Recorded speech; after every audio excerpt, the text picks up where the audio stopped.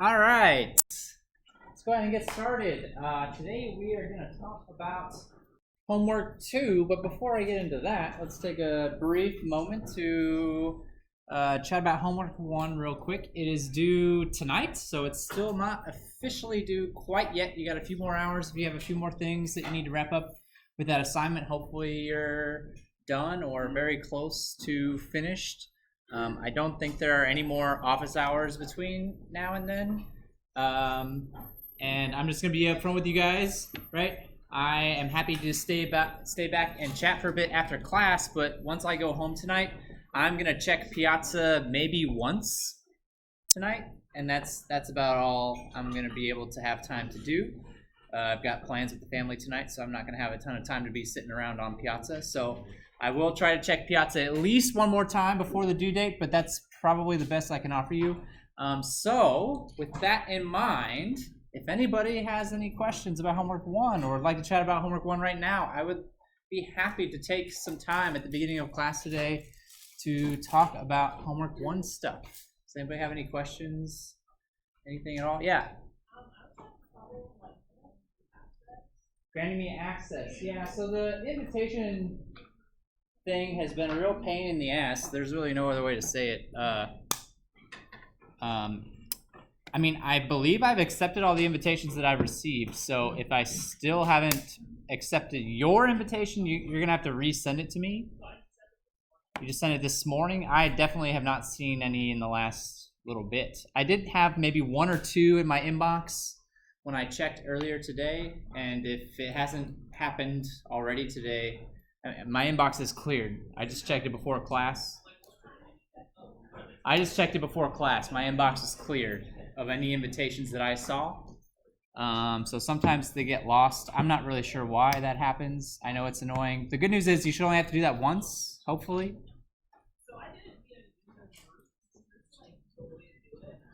User groups.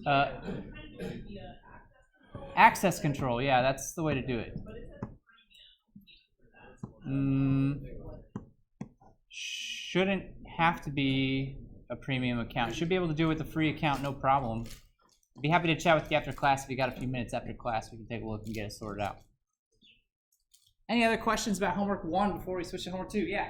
So for my for the user management and my repo, it says CSE530 is listed as admin. So is that accepting? Yep, that's good. That means I accept it. Yeah. Okay. Just have a question. So is it okay if we have other files like those binary files left in our repo? Or so the question was, is it okay if we have other binary files left in your repo? And the answer is that we'll probably be able to grade it okay, right? But it's good practice not to have any binary files, not to have any class files in your repository. Anything that is specific to your machine, so things like compiled code, things like your user settings for your IDE and stuff like that, really should not be committed to your repository. We'll still grade your stuff.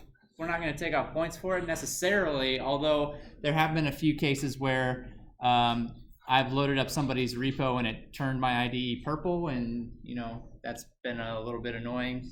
I might take off some points if it gets too crazy, but yeah, I really shouldn't commit anything to the repo that's specific to your computer. Good questions. Any other questions about homework 1? Yes?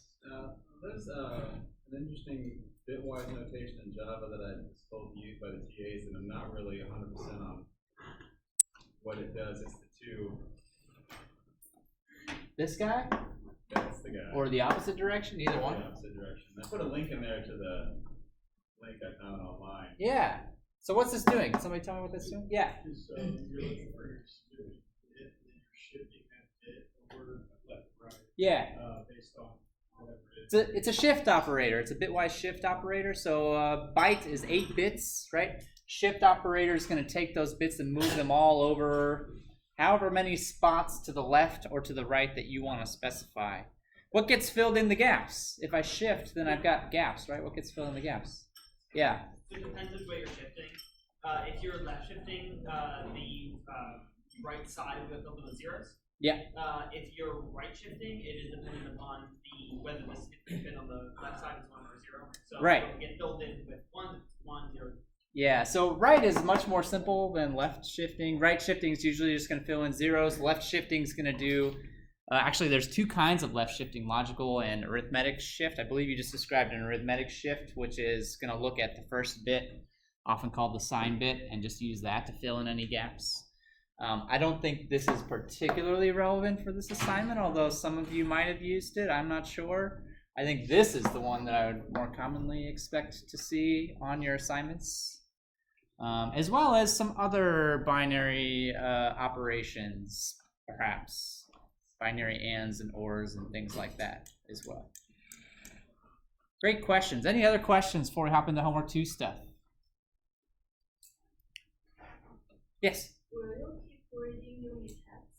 Well, I keep grading unit tests. I believe that I've graded all the unit tests that I've had submitted. Now, if you had some stuff go on with your invitations or something, it's possible that I missed it due to that reason. So just ping me on Piazza or something, let me know, and I'll go back and take a look. But I believe that I've gotten all of them that I've seen so far. And then as far as grading this assignment in general goes, right, I want to let you know how that's going to work a little bit. We've got 4 TAs for the class, and they're going to help me grade this assignment. We're going to run the unit tests that were given to you and use that to help us grade. And then when we finish grading, which I hope will take a week tops, that's my goal, is to get it back to you within a week. When we finish grading, what you're going to see in your repository is a text file with an explanation of any points that were deducted due to the various unit tests. And those point deductions should not be a surprise because I've already published the rubric right on the assignment itself. So if you're interested in how much points everything is worth, you can take a look at the rubric. We're going to follow that rubric when grading. So we're going to do the best that we can to have it back within a week. That is my goal. So we're going to try and have it back to you by next Monday, if possible. Yes? For the heap page test, there's a test for add tuple, but there's no like add test. What tab is that? You can fix that if you want to, but I want to reiterate that I'm not using that test. That's not part of anything that I'm doing. That was simply for explanation purposes. The only tests that I care about are the ones that I gave back to you, what was that, a week and a half ago? Homework 1 tests. Those are the only tests that I care about. That's it. Yes? I'm sorry? Is 2-string being tested? I thought it was, but I haven't memorized all of the tests. It's possible there might be a gap. I thought it was being tested though. Yeah, okay. Yeah, thank you. Any other questions? Any other questions? All right. Cool. Let's talk about homework 2 then. We're going to talk a lot more about testing today as well, as a matter of fact. So it hopefully comes as no surprise to you that homework 2 is based on what we've been talking about for the last week and a half, 2 weeks or so. The first part of homework 2 involves relational operations. So the same operations that we've been talking about in class. Now, again, I kind of want to reiterate there's an important distinction between what we've been talking about in class and then what I expect from you in terms of an implementation and what a typical implementation of these operations would look like, right? There's one big difference between a theoretical concept of a relation and what a database implementation would like to see for a relation. Does anybody know what I'm getting at? Talked about it a couple times last week. Yeah. Duplicates, yeah, duplicates. So the idea of whether or not we're going to allow duplicates to be part of our relations. We do want to allow duplicates to be part of our relations. That is a pretty standard way of implementing these operations. It's a small but significant difference, right? So the biggest difference that it will have is probably on the data structure that you choose to represent a relation, which is one of the first things that you're going to have to decide on when you get started working on this assignment. Otherwise, the operations that I'm asking you to perform, there's not a whole lot of surprises here. I've got select, project, rename, and join. We've talked about all of those in class. I've included an aggregate, which deserves a little bit of explanation in terms of how aggregate works. So I'm going to go ahead and pull up the code real quick here. And I can give you a brief tour of the code as well. So there are two files that I expect you to have to work with for this assignment. And the one that we were talking about right now is the one called relation.java. So relation.java has the methods for, there's a constructor as well, see, I already spotted you in array list, right? Instead of a set there, as well as the methods for the relational operations that I expect you to implement. Aggregation is something that we've talked about, but is a little bit different than the other kinds of methods that I'm asking you to implement. There's a separate class called an aggregator that has two methods in it, one called merge and one called getResults. And the idea behind this aggregator class is that I will feed in one tuple at a time to the merge method, right? I'll feed in one tuple at a time to the merge method, which will update my aggregate in whatever way it needs to be updated. And then whenever I call getResults, it will feed me back the actual aggregate value itself. There's another thing to pay attention to as it regards aggregates. In fact, aggregates are kind of a tricky part of this assignment, which is this whole idea of a group by. So in order to try and keep things a little bit simplified, I've got some specific instructions in terms of how aggregates should work with and without a group by, and some assumptions, I guess, that you can make when it comes to aggregations with and without a group by. If I'm aggregating without a group by, right, I can assume that I just have one single column of data. So I don't have to worry about whether there's extra columns and what to do with those columns. I can just assume that if I'm aggregating without a group by clause, I just have the one column of data that needs to be aggregated, right? That's a very simple, straightforward case. If I have the group by clause, then you can assume then that you have two columns of data. You have two columns and only two columns of data, right? So if I'm doing a grouping, you can assume there's only two columns here. That means if you see three or more columns, or less than two columns, I guess as well, you've made a wrong turn somewhere else in your code. You've made a wrong turn. I'm only going to give you operations with group bys that have exactly two columns. And then those two columns also have a specific meaning that I've included here in the write-up. The first column is going to be the groups, and the second column will be whatever data needs to be aggregated across each group. Right? So I'm going to make groups based off of the values in this column, and then aggregate based off of the values in this column. Does that make sense to everybody? Does anybody need any further explanation on that? It is included in this section of the write-up as well. You need a little refresher on that later. Note that I do expect aggregation to apply to all data types, including strings, which might lead to, some common questions that I hear, right? What aggregations apply to strings? Can I average strings? Is that a thing? You might try to think of a way that might make sense, but really it doesn't make sense. So averaging strings is out. But what other aggregates might I do with strings instead? Yeah, count. So count works very easily with strings. There's other ones though. What else might I try to do with strings? What other aggregates do I have? What are my options? I've got, let's take a look at the file. I've got an enumeration here. Max, min, average, count, and sum. So count will work with strings. Average won't. What else might work with strings? Sum? What would sum be? Concatenation? I don't think so. I think we'd very quickly hit the limit of our 128 character strings if we try to do sum. These two though, max and min, those are good. Those can be used with strings. What does it mean if I want to take the minimum of a column of strings? How do you interpret that statement? Shortest? No, not quite. So lexicographically meaning earliest in the alphabet, right? Earliest in the alphabet. I'm looking for the string that's earliest in the alphabet. It's the same idea that you've seen in Java. If I'm trying to compare two strings in Java, right, to see which one comes first. It's the same general idea. In fact, here's a hint for you. The code from homework 1, the string field class, has a method for comparing. I thought it did. Yeah, has a method for comparing two string values, and will return the appropriate thing that you need to perform that aggregation. But the main takeaway here is that you don't need to worry about aggregating averages or sums for strings, but the other ones you do. You need to be able to make sure that those work.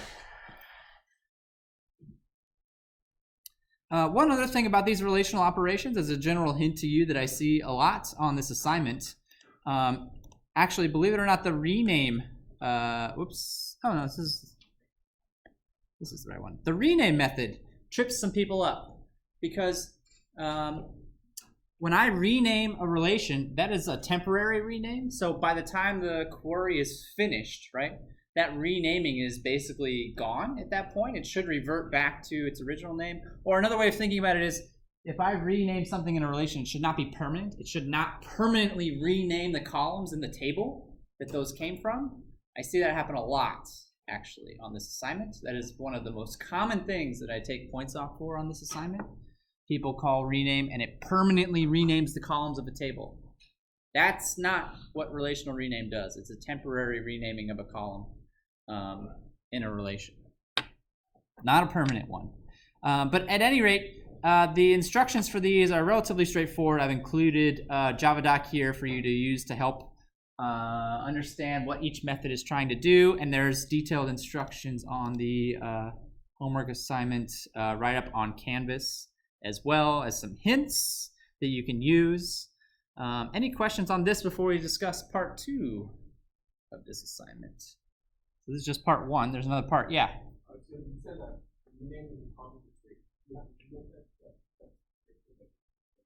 Not yet, but you can write one for me. I'm going to use the unit test that you give to me, yeah, and we're going to talk about that actually in just a little bit. Yep. We're going to talk about that in just a moment. Any other questions about the relational operations? So part 2 then is taking your relational operations and applying them to a query. So this is a bit of a different step, a bit of a different kind of a way of thinking than the previous part. We're going to, I believe I mentioned this in class a little bit last week. We're going to, by the end of this lab, we'll be able to take in simple SQL queries and be able to process them. I'm not going to have you construct the parse tree or do the parsing for the SQL queries. That's too much for one homework assignment. So I've actually provided you with a library that I found online called JSQL Parser. It is in the repository, right? And so I've even given you a little bit of starter code in the query file that I'll show you in just a little bit. But what JSQL Parser does for you is it constructs the parse tree. And so then your task is to traverse that parse tree, pull out the relevant information from it, and then call the methods that you wrote to perform the relational operations that are being specified by each individual query to actually execute it. Does that make sense? I hope. And so I've tried to give you a lot of help, including a link to the API for the parser. There's a lot of stuff here, but don't freak out. I know it looks like there's a lot of classes in here, and there are, but don't freak out. I've actually included, or at least I thought that I included a list of, here we go. I've included a list of classes in particular from the API that I would strongly suggest that you take a look at and learn how to use for the purposes of this assignment. So you don't have to sift through that entire API. Take a look at these classes in particular that I've highlighted. Look them up in the API. Make sure you understand what they're for, what they could be used for. I've also simplified the queries, so I'm not going to ask you to implement the entire SQL language spec. That's far too much stuff. We're just going to restrict it to the very basic stuff that we have been talking about in class. And so you can see the SQL keywords here that I'm going to expect you to do.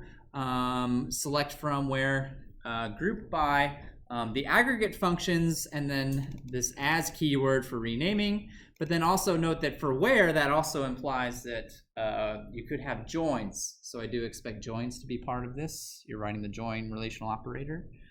So joins are part of this assignment as well. And so some hints on this one. Some of this is covered on the write-up, but some hints on this one. Remember the order of operations that we talked about in this class. I don't just process a SQL query from top to bottom.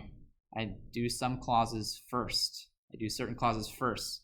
And then, approach this from the same way. I'm going to process, which clause do I usually do first? From. I'm going to process the from clause first, right? So write the code for the from clause. Make sure you're happy with how the from clause is working. Then proceed on to the next clause that you want to try and implement. I did give you a little bit of a head start on this one. I gave you a tiny bit of starter code here for this particular piece, which we can take a look at real quickly. Before we switch over and talk about some other topics. This try-catch statement up here is just setting up the parser and parsing the query that's given to us. And then since we're only doing queries in this particular assignment, I'm going to go ahead and assume that the top node of my parse tree is a select node, right? Because we're running a select statement. In real SQL, that's not a safe assumption to make. There's lots of different kinds of statements, but for this assignment, you're only doing select operations. So we're just going to assume that it's a select statement. And then we're actually going to assume even further that it's a plain select statement. What's the difference? Well, you can take a look at the API, right? Plain select means that there is no union. No order by. Probably no subqueries. We haven't even talked about subqueries, right? We're not going to. Nothing like that. Not trying to process complicated queries, trying to restrict ourselves to very simple select queries for this class. Are there any questions about this part? Any questions about this part? This is the part that a lot of people get hung up on. This is the part that a lot of people get stuck on. So I would very, very, very, very, very much encourage you to start on part 1, the relational operations, as soon as you possibly can. I don't expect a lot of people to have too much trouble with that part, although there are a couple tricky spots to be careful of. And then do be aware that part 2 is going to be, I think, a little bit more difficult than part 1 when it comes to processing the parse tree and combining that with your relational operations. Oh, I forgot one very important thing. I'm sorry. This is actually great. I've given you some help for the parse tree as well in the terms in terms of the visitors. I've given you a couple of visitors that you can use to help you with the parse tree, so that you don't have to find every single node type yourself. So here I've given you a column visitor, which does things like finds asterisks for all columns, and then also is going to tell you whether or not it's an aggregate. So the way that you can use this column visitor is explained on the write-up. I thought. Here we go. Column visitor, make an instance, call the accept method on a node, and then it will print out the column name that it retrieved. Or I can call isAggregate to find out if that particular column is an aggregate. This assumes that whatever node this is a column node. So how do you get that node? That's something that you're going to have to figure out. It's something that you're going to have to use the API to help you determine. But once you've identified that node, you can use the column visitor to extract the information out of it. There's also a where expression visitor. So once you find the where node, you can use the where expression visitor to extract out the expression that is given to you as part of your where clause, so that you can execute that accordingly. So I tried to give you some help. You do not have to write any visitors yourself. That is not an explicit requirement of the assignment, but you're certainly more than welcome to do so. And I think it probably would lead to a pretty efficient solution, although I've seen plenty of solutions that don't write any additional visitors than the ones that I provided. I'll leave that up to you, which route you want to take. All right, any questions? Our next stop, I think, is testing. Any questions before then? By the way, this assignment is live. Maybe I should have mentioned this first. This assignment is live. This code is available to you right now. You can grab this code by going to your Bitbucket page, your repository page on Bitbucket, and clicking that big old sync button on the right-hand side. Or if you prefer to use command line to do it, that's totally cool as well. A little bit more involved, but perfectly acceptable to do so. The other thing that I want to talk to you about is testing. So before I talk about testing for this specific assignment, let's take a step back and talk about testing in the general case and then apply that to this particular assignment. There are many different kinds of tests in the world. We have really just kind of scratched the surface as to what kinds of tests are available, what unit tests even look like. It's a little bit misleading because a lot of times you'll hear people say unit tests when they mean testing as a whole, right? And then there's actually a whole distinct category of testing called unit testing. So it can be a little bit confusing to know what people are talking about when they say a unit test. But let's talk about each of the 4 different kinds of tests that we see here, and then also talk about how that might apply to us in this class in terms of what I expect over the rest of this semester. So for unit tests, these are very small, very, very small types of unit tests. This is basically what I talked about for the entire time on the Homework 1 overview in class. Those were unit tests that I was talking to you about. So they allow us to define the behavior of our code, or to be more specific, the behavior of a method. And the way that unit tests are typically set up, right? I do whatever setup I need, construct whatever objects I need. I call a method, and then I verify the output. Is it what I expect? They should be very short. They should be very simple. They should all follow that general 3-step process.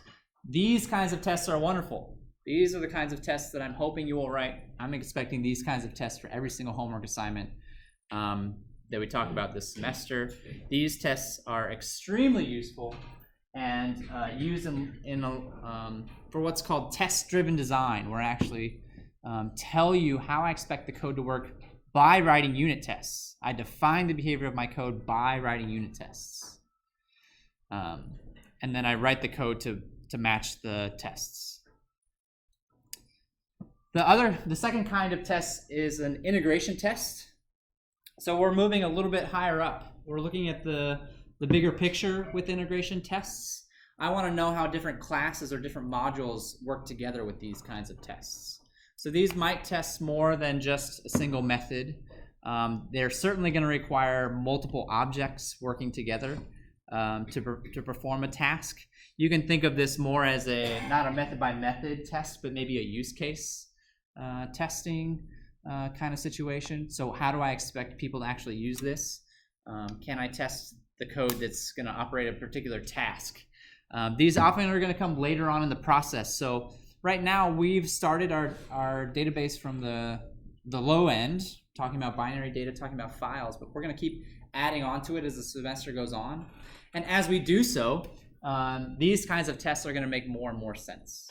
We're going to be seeing more and more integration types of tests occurring because the stuff that we do on this lab depends on the stuff that we did on the last lab. And that's going to continue to be the case, right? It's all going to build off of each other. So those units need to work well together. Those modules need to work well together.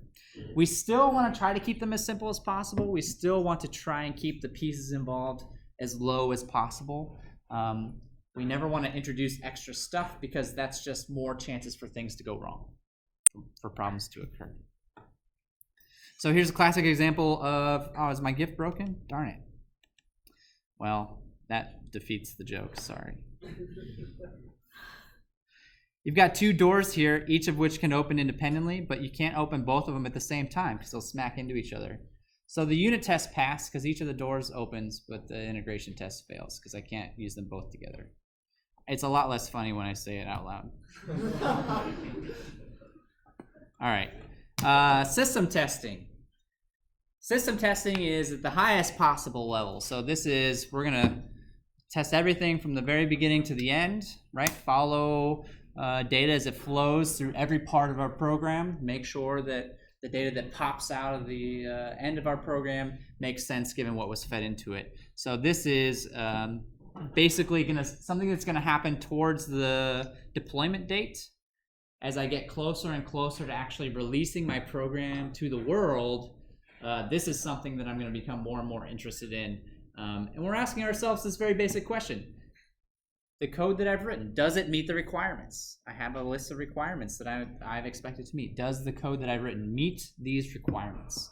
So in this class, probably not going to do too much system testing. We might scrape system testing just a little bit at the very end of the semester. But for the most part in this class, we're interested in unit tests and integration testing. I'm not going to do a ton of system testing, and we're not going to do a ton of acceptance testing either. It doesn't necessarily apply to us, but it's still a very, very important part of testing, and I would feel bad if I didn't include it in today's discussion. This is letting your users try the product. So acceptance testing, I mean, the most common form that you've probably seen it is beta testing, alpha testing, when you've got a product that is more or less complete that you're going to let the public get access to in some form or another. Large companies use things like beta testing. Smaller companies or people who are working in smaller groups go down to Starbucks, offer to buy people a cup of coffee if they'll spend 5 or 10 minutes using their program. That's a more low, smaller scale way of doing acceptance testing. And you're basically just getting user feedback. Can somebody who doesn't know very much about your product understand it and use it in the way that you expect? That's acceptance testing. We're not going to do that in this class.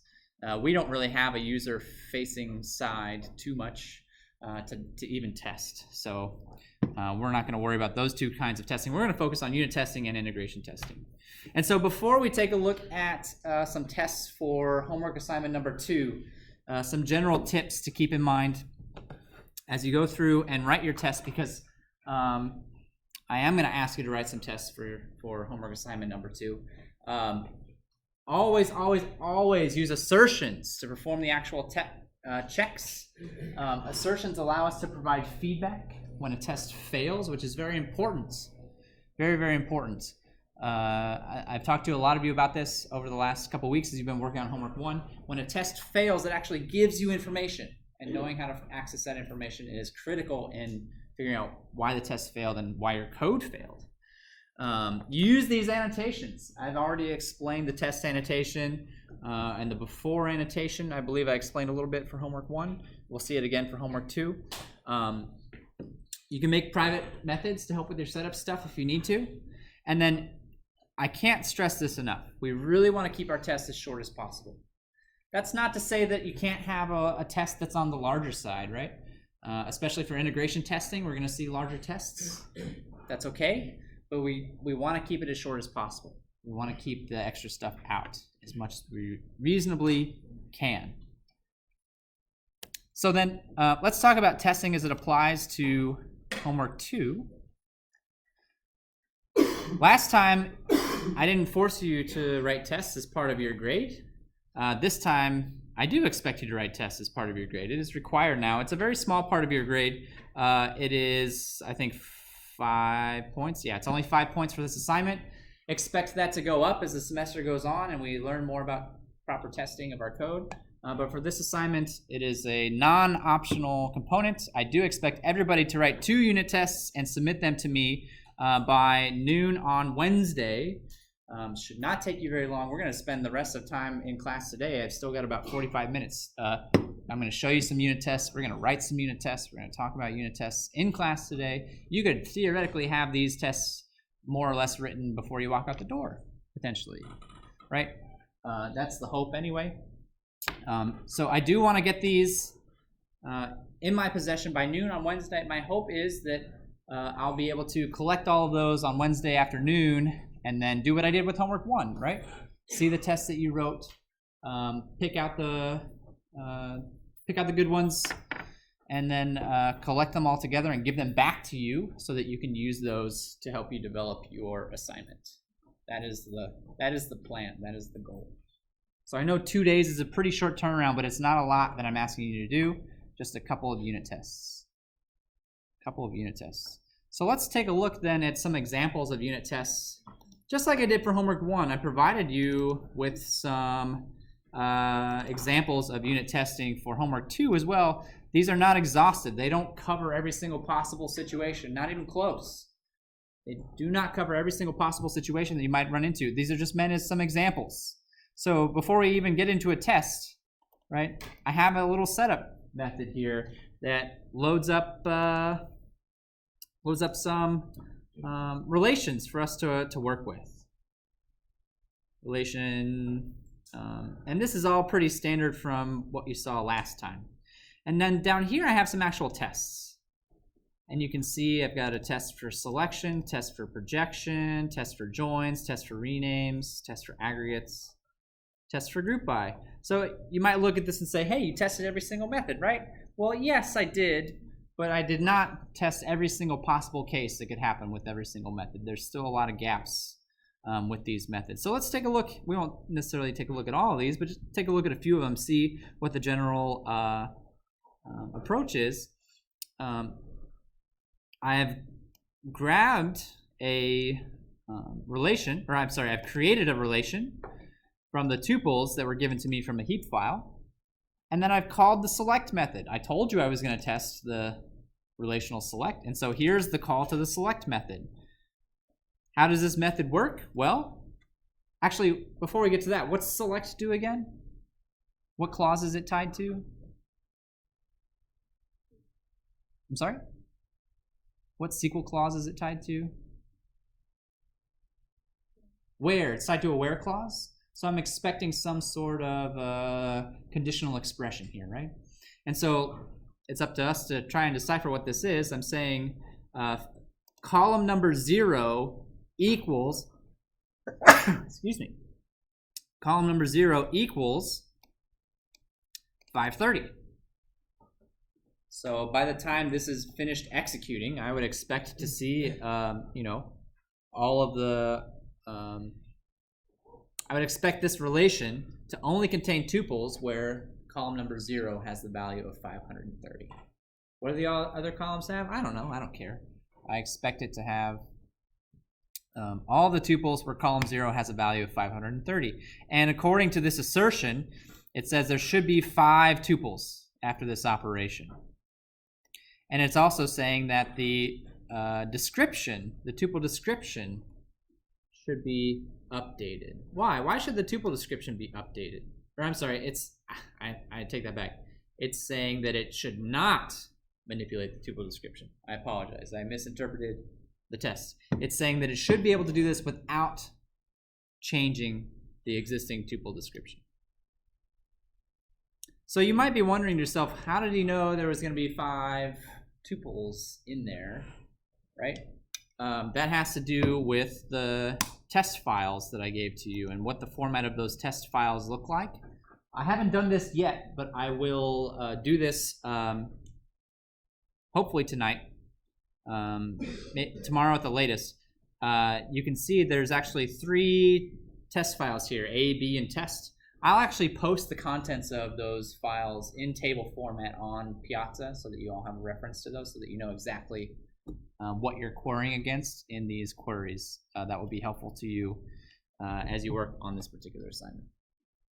So we did the setup, we called the method that we were testing, and then we ran a couple of assertions to make sure that it was working properly. Okay, any questions about that test? So I've got another one for projections, another one for joins, another one for rename. But actually, let's talk about select for a little bit for just a few more minutes, and I'm going to ask you to do some work for me. What else could I test about this select method? I'm making the claim that this test alone is not sufficient to cover all of the possible things that I might run into with this method. So what else might we consider testing with this select method? What are some other things that could happen that we'd want to be able to check?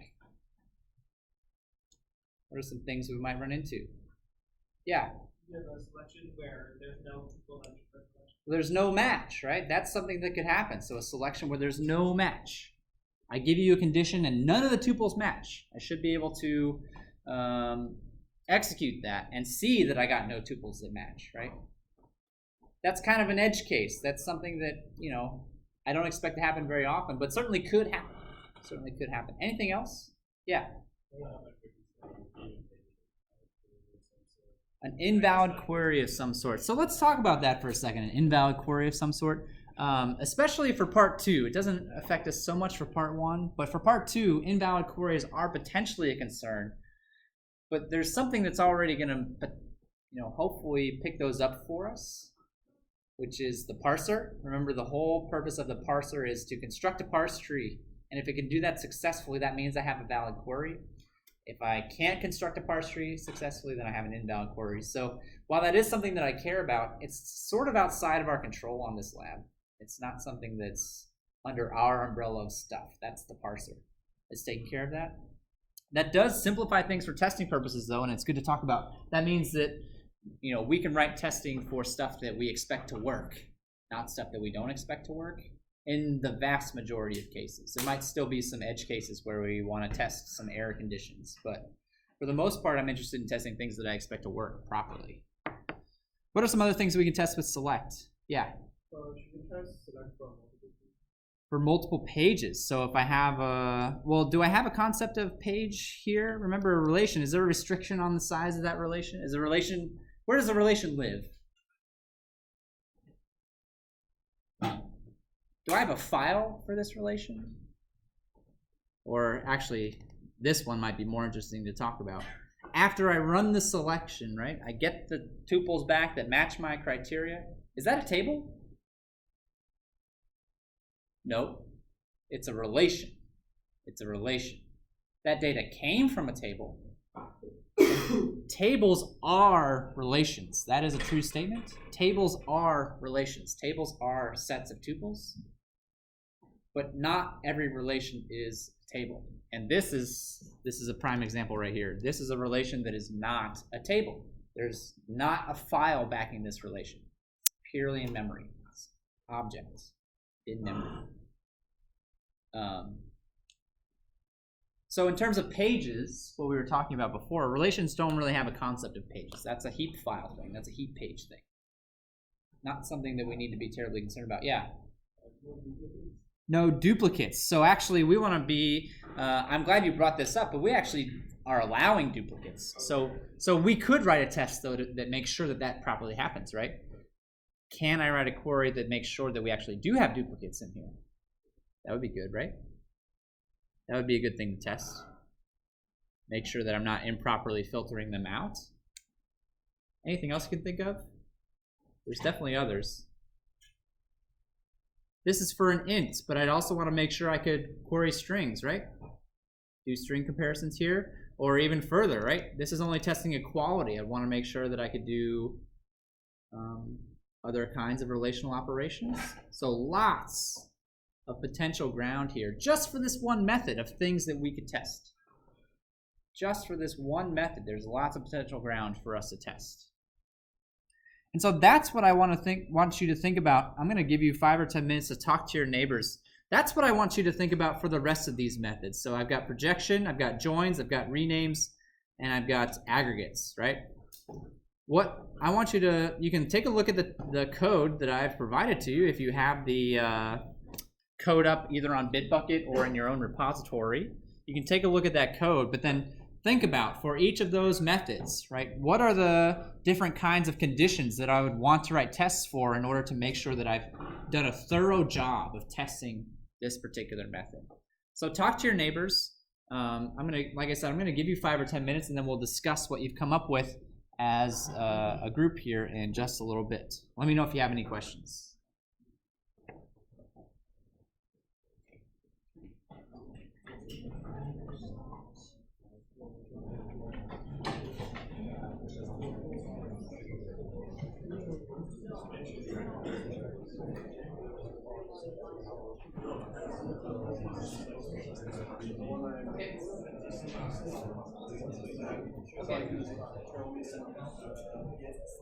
I trust you. Link it in here.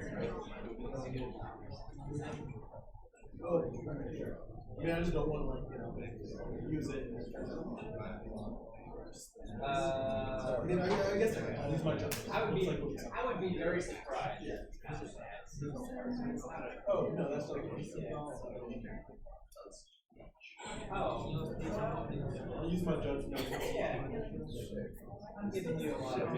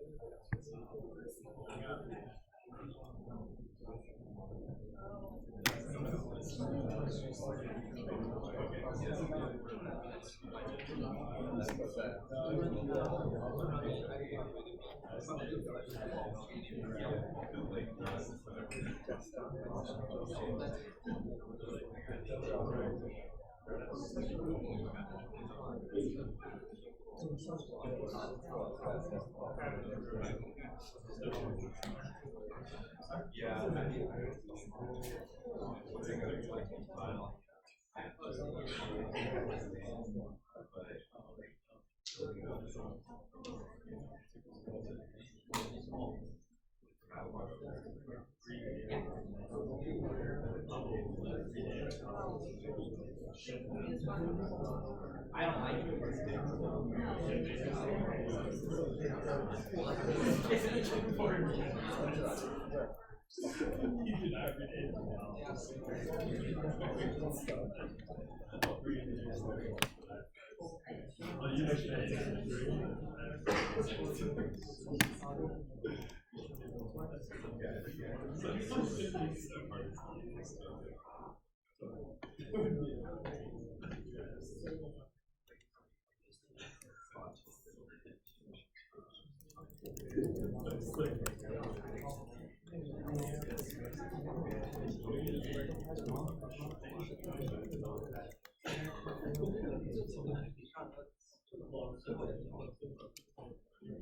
I have time to do this right now? I really don't, do I? I wish that I did, but I don't.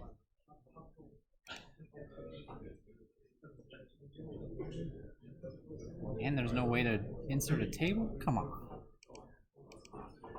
Yeah, I'll have to do it later.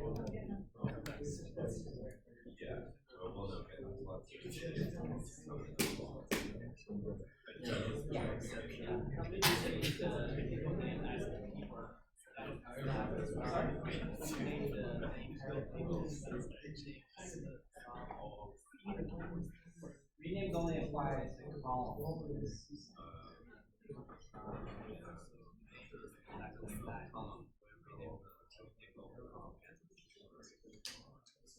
I'm not sure I understand. Rename columns, you can't rename tables. I don't know how.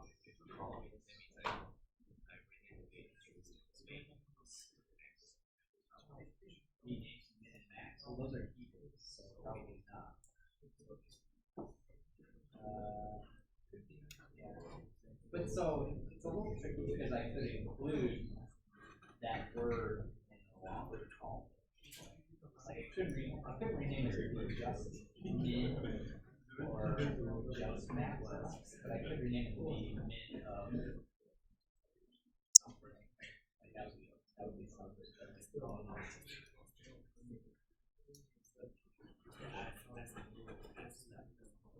I mean, I think actually it is fine to put it all in quotes, right? It won't really care too much about that quote. I think it's probably more flexible than maybe you're giving me credit for.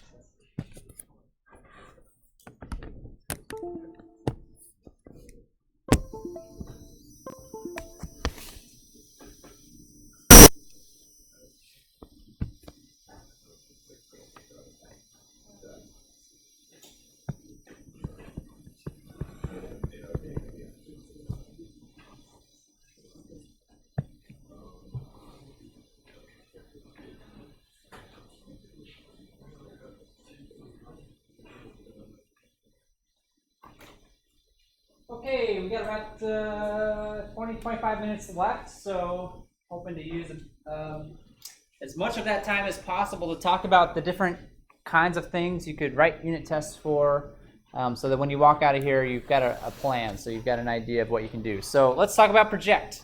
What are some cases within project that I want to be careful to write some tests for? Somebody help me out.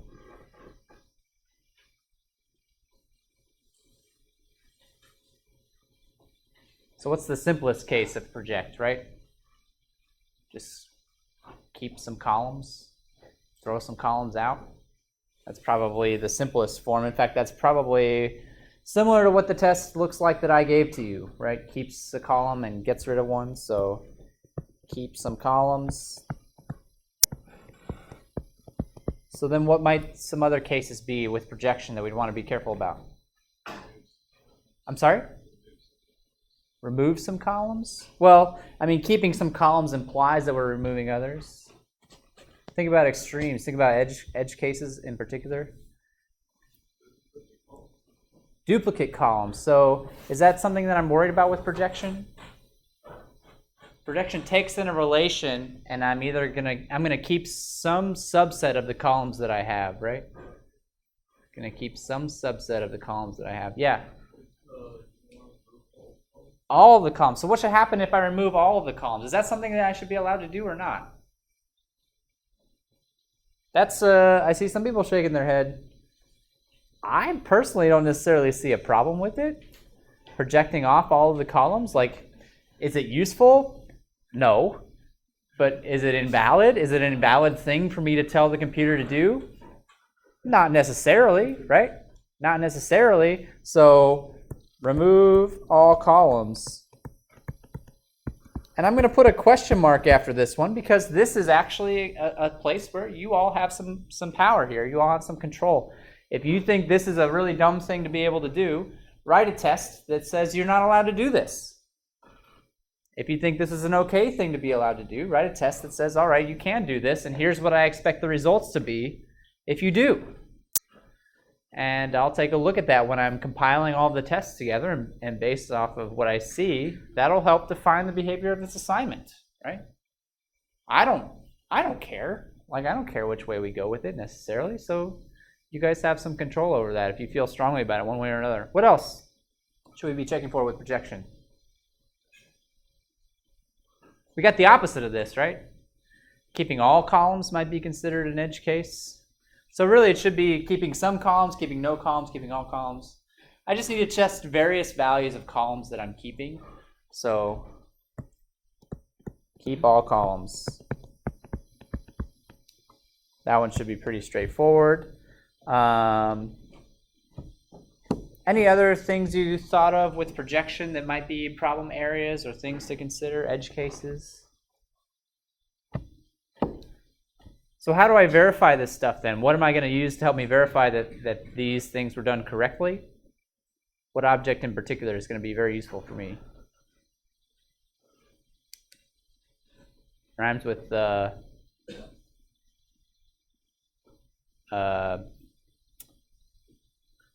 oh gosh. Rhymes with Hoople prescription, right? I don't know. That one was tough. Tuple description. That's going to help me verify these contents, right? It's going to verify that stuff. I feel like there's probably some other cases here, but if we test these three cases, I'd feel pretty good. I'd feel pretty good about my projection. All right. So is there a quicker way to erase all this crap? I know I can flip over the pen to erase, but you're not doing what I want. That's fine. What was the next operation on the list? Was it rename or was it join? Well, I mean, join's part of, yeah. Let's do join. Let's talk about join.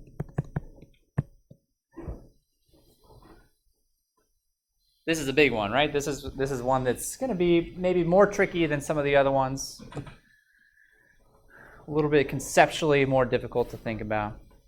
One thing that I think is probably good for us to consider up front is that some people ask me about this. I'm only actually requiring you to do inner joins, right? I'm not requiring you to do outer joins. Could you do outer joins? Sure. And that wouldn't be too terribly difficult to add on to this assignment. I don't think it would be that bad at all. But for the purposes of this assignment, we're only worried about inner joins, right? So what are some things that I want to include in my testing space when it comes to joins? What are some situations that I want to be aware of? Yeah. I'm sorry? No nulls. Well, we have to be careful about that because there could be nulls in the rows that I'm joining together just naturally, right? So saying no nulls is a little bit problematic. Anything else we should be aware of? Yeah. No matches. So what happens when there's no matches? This is something that could definitely happen, right? And it's going to be set, right? I should be able to check for that. These are a little bit hard to test for if you don't know the contents of the tables that I've given to you, but as I mentioned earlier, I'm going to go back to my office after class today and post the contents of all the tables so that you can write effective tests for these things. What are some other cases that I want to be aware of when it comes to joining things? So no matches is certainly one. What else? Yeah. More than two tables. Good.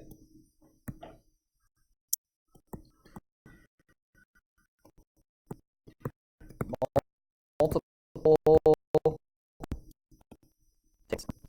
Good. What else? So I think there's a thing, I think there's a similar one that we saw with selection. When I join, does it matter what the type of the column is? I should be able to join across any data type that I want, right? And that should still work. So data types for my join condition. And then there's one actually very big question that I'm surprised I haven't heard yet that relates to join. What are the kinds of inner joins that we talked about? I'm sorry? Self-join? So self-joins are a thing. I'm not going to go there, but that's definitely a thing that does exist. There's another kind of, another category of joins that I'm surprised nobody's brought up yet. We spent a lot of time talking about it last week. Left and right, so we're only doing inner joins, no outer joins, so no need to worry about left and right for the purposes of this assignment. We talked about equijoins and natural joins. Do you remember talking about that? What's the difference? The duplicates, what do I mean by duplicates? The columns, the duplicate columns. Because when I join, I'm comparing two columns against each other, right? Do I keep both the primary key and the foreign key column in my results or not? That's the question. If I keep both columns, which type of join is that? That's an equijoin. If I get rid of one of those duplicate columns, that's a natural join. Which one am I asking you to do on this assignment? I don't know. You guys tell me. You guys tell me what you want to do on this assignment. So, equijoin or natural. This is an open question. I don't care. I'm happy with either one. But I do want to see some tests, right? I do want to see some tests. So write some tests that help me out with this. Yeah? I'm sorry? Shouldn't this be decided by select? Well, in the select statement itself, actually, be careful. The query is different than the relational operation. So there's definitely a distinction between those two concepts. Right now we're talking about relational operations, not the query itself. And actually, to get even more specific, I'm not sure what the syntax would be to write a SQL query to request these two types of inner joins. I think for the most part, and this might influence your decision, but for the most part, this is what you're going to get on a database implementation. They're not going to necessarily give you the option. But I'm giving you all the option. Yes? Yeah, so you decide to select one or the other.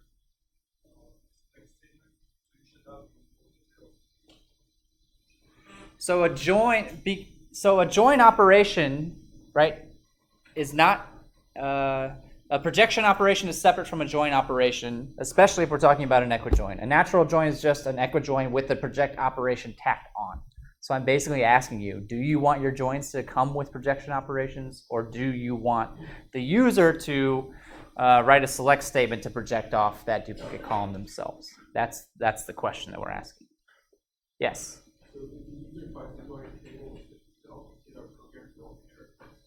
If a user tries to join a table with itself, I mean, I would still, if you've written the join code generally enough, I would still expect it to work without any extra effort on your part.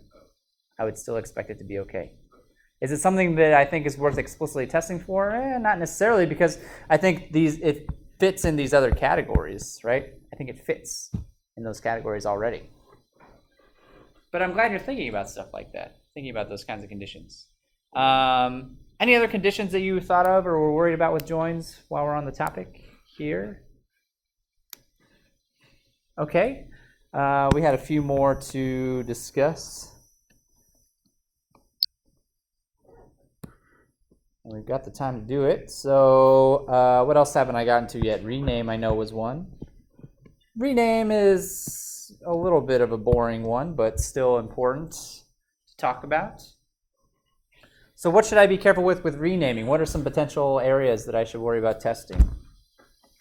I mean, one is just like a simple rename, right? Like nothing fancy, just take column A, rename it to column B, see if it's stuck, right? So some sort of a simple rename. What are some other things that I might be interested in with renaming? Yeah. A keyword. So keywords. Is this allowed or not in an actual SQL implementation? Does anybody know? I actually think this might be allowed. I'm not 100% certain on this. I would want to do a little bit of research before I definitively say one way or another, but I actually don't think SQL cares too much if I rename a column to a keyword in most cases. I could be wrong though. Yeah. It does. You have to put quotes around it to escape it. Yeah, put quotes around it, and I think you're fine. I think you're right. Yeah. If I put quotes around it, I think I'll take just about anything. Maybe you don't like that. I think checking for keywords would be some extra work that doesn't necessarily have to be done. But if you feel super strongly about it, you could write some tests and let me know what you think. There is one other case that I think might be a little bit more interesting than keywords. Yeah. What if you have strange characters? What if you have strange characters? So Literal. depends on the, so that's more of an encoding question, right? Like, how are my column names represented? Am I using ASCII? Am I using Unicode? Am I using, double ultra mega Unicode? Like, I don't know. I think if the encoding scheme being used can handle the characters, it'll take it just fine. SQL is not as picky as some of the other languages that you might have used. There's one other thing that I'm curious about, though. Yeah.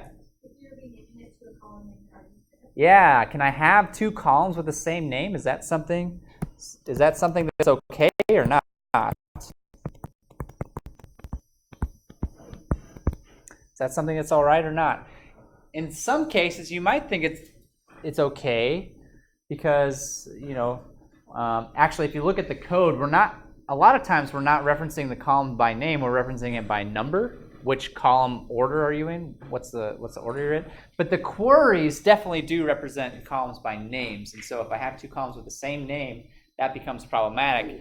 This could be an issue for sure. For sure.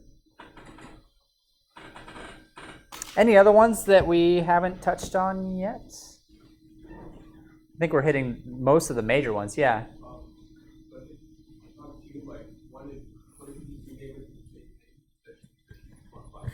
Rename it to the same name. Oh, that's interesting. Rename it to the same name. Is that a problem? I don't think that's necessarily a problem. I think that should, in my opinion, I think it would go through, but you guys have the power to tell me whether or not you agree. Empty string, yeah, another good question. Good. This one's a little trickier to think about, I think.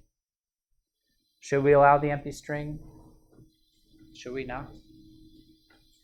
For some of these ones too, and I think this is a good, not just for rename, but for anything that I'm asking you to do, right? For some of these as well, you could fire up an actual implementation and try out some queries and see what it does.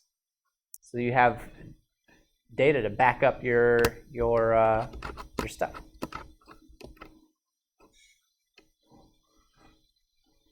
Good. Any other questions or any other cases? This one? We've got one left, which is also another potentially tricky one. We've got aggregates left.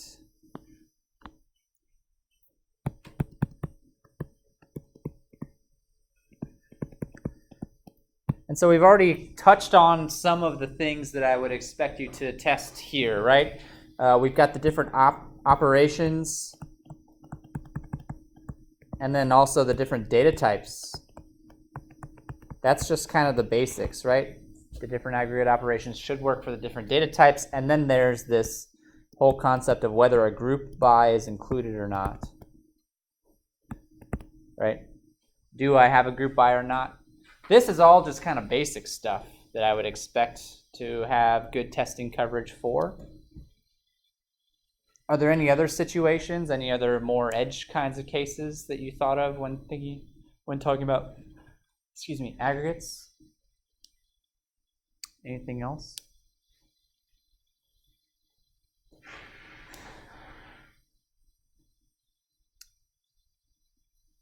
So I spent a lot of time talking about the column format for aggregates, but I didn't spend a lot of time talking about the row format for aggregates. For example, what if I tell you to aggregate a relation that doesn't have any rows in it? Is that okay? Can I aggregate the empty set? Is that all right? Kind of depends on the aggregate, I think, or maybe not. I don't know, right? So that's a question. What should happen if I tell you to aggregate an empty relation? A relation with no tuples. What should you do? Something to think about. Any other edge kinds of cases you can think of? Yeah.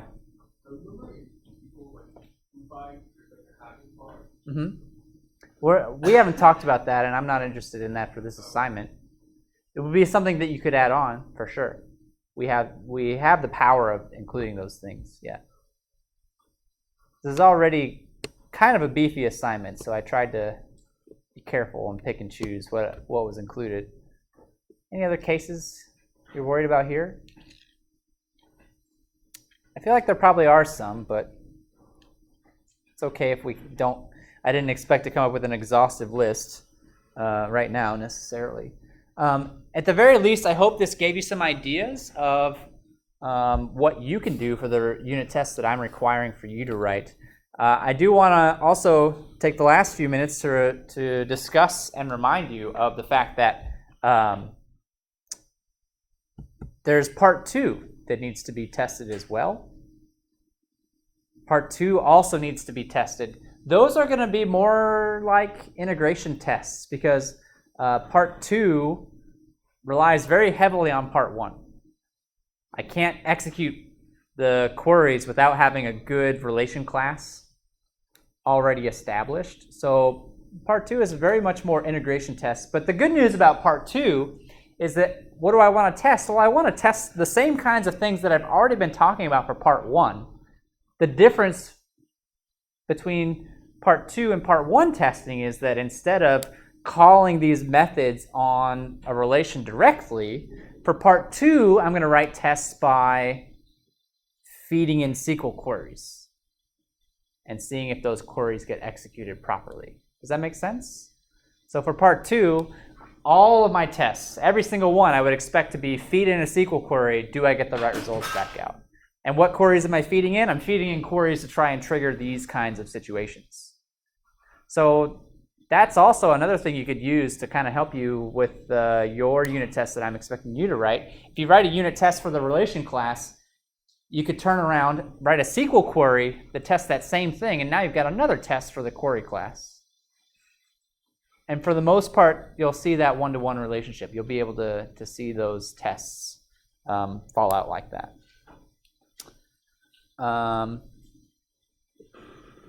What questions do you have? Any questions? I've got one other important piece of information for you that I forgot to mention earlier. If you haven't noticed already the way I've been talking about this assignment, homework 2 does rely on homework 1. I need to have a way of reading in those files, right?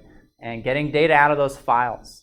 So I'm certainly hoping that you all got homework 1 finished and it works pretty well. You may discover as you're working on homework 2 that things with homework 1 aren't necessarily working as well as you thought they were.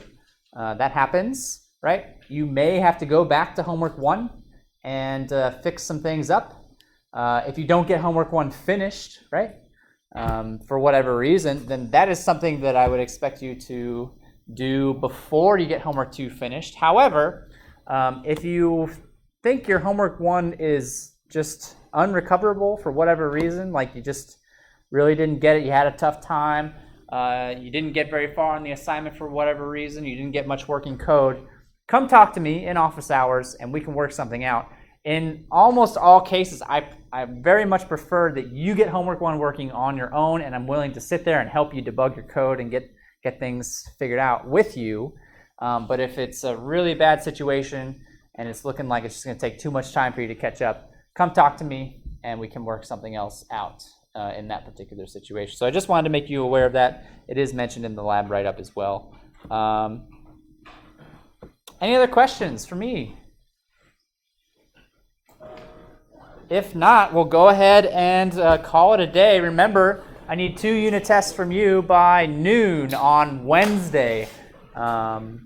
And if you have any homework 1 questions or any other stuff you need to talk to me about, I'll stick around for a few minutes. So come on up and we'll chat.